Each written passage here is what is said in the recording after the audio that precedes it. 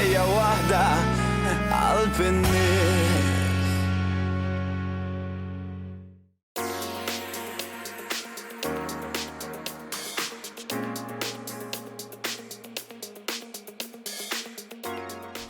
Emanuel, għajdli ftit dwar 4 postijiet interessanti li nistgħu naraw minn din il-parti għat li hawn niltaqa' miegħek. Hawnhekk qegħdin dil-parti ta' Birżebbuġa li magħrufa bħala l-bajja ta' San George.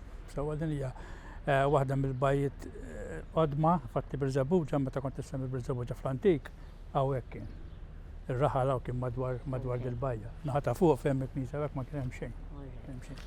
Issa hawnhekk din hawn ħafna affett interessanti, imma pereżempju nistgħu nsemmu hawn 3 kappelli prinċipali. Hawn dil-kappella tidera wara hija dedikata lil għajnuna tal-insara. Dina kienet tal-familja Owada, tal-familja Kakija Żammit, u din imbniet fl-1834.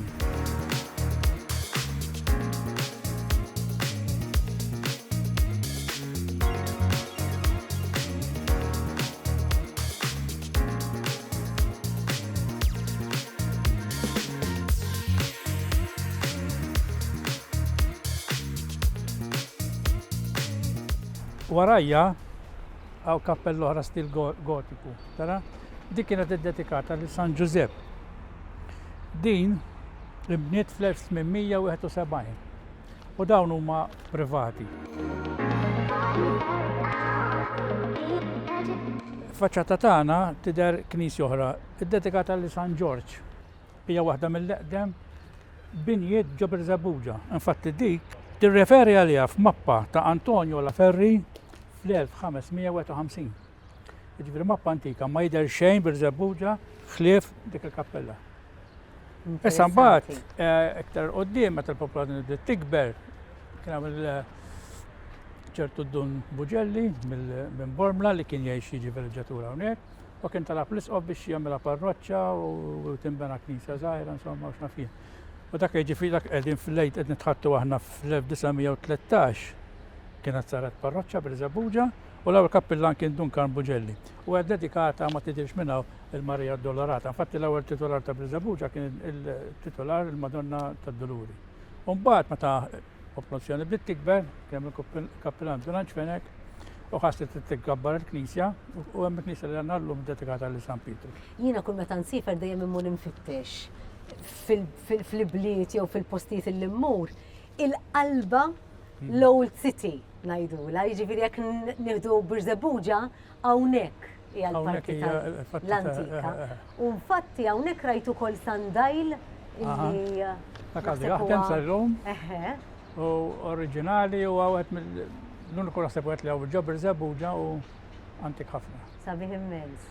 U fil-kantunera tiegħu għandna dak il-fanal li fiż-żmien kien jaħdem bil-petrolju. U żammejtu ħaw? Mbagħad għal xi żmien kienu modifikaw għamluh bid-dawl, għamlu l-bozza u issa kif qed tara il-bozza hemm.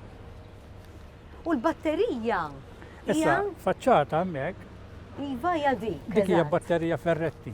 Dika kien bnija bi flusu Kavallier Francesco Maria Ferretti. Infatti baqgħet imsemmi għaliha batterija Ferretti.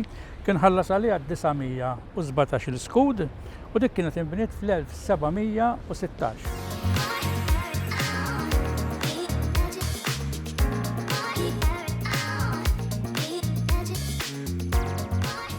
Issa fuq naħa tal-lemin tagħna mmorru narawhom. Hemm affett interessanti ħafna tal-prehistorika u ikomplu mal-istorja ta' Borċ in-Nadur u Ardala imma l-iktar ħaġa importanti li qaluli n-nies ta' Birżebbuġa x'jgħidulhom bil-ħaq in-nies ta' Birżebbuġa. Birżebbuġin li Birżebbuġa mhux biss Ardala me? U vera.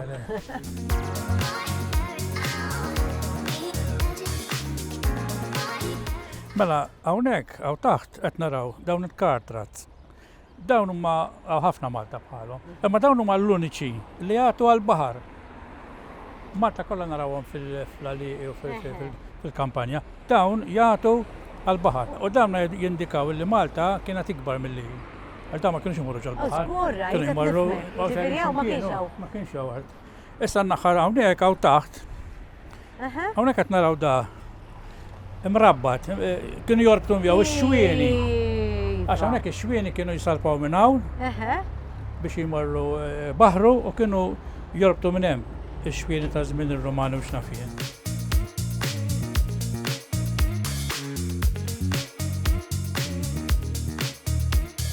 Dawn li qed naraw hawnhekk huma fosos tal-qamħ. Dak kienu jaħżnu l-qamħ hawnhekk, meta kien jidħlu x-xwieni kienu kun fil-viċin għandhom. Dawn jmorru lura fi żmien il-Bronż u fi żmien ir-Rumani u dak iż-żminijiet. Interessanti ħafna. Proset, grazzi Emanuel.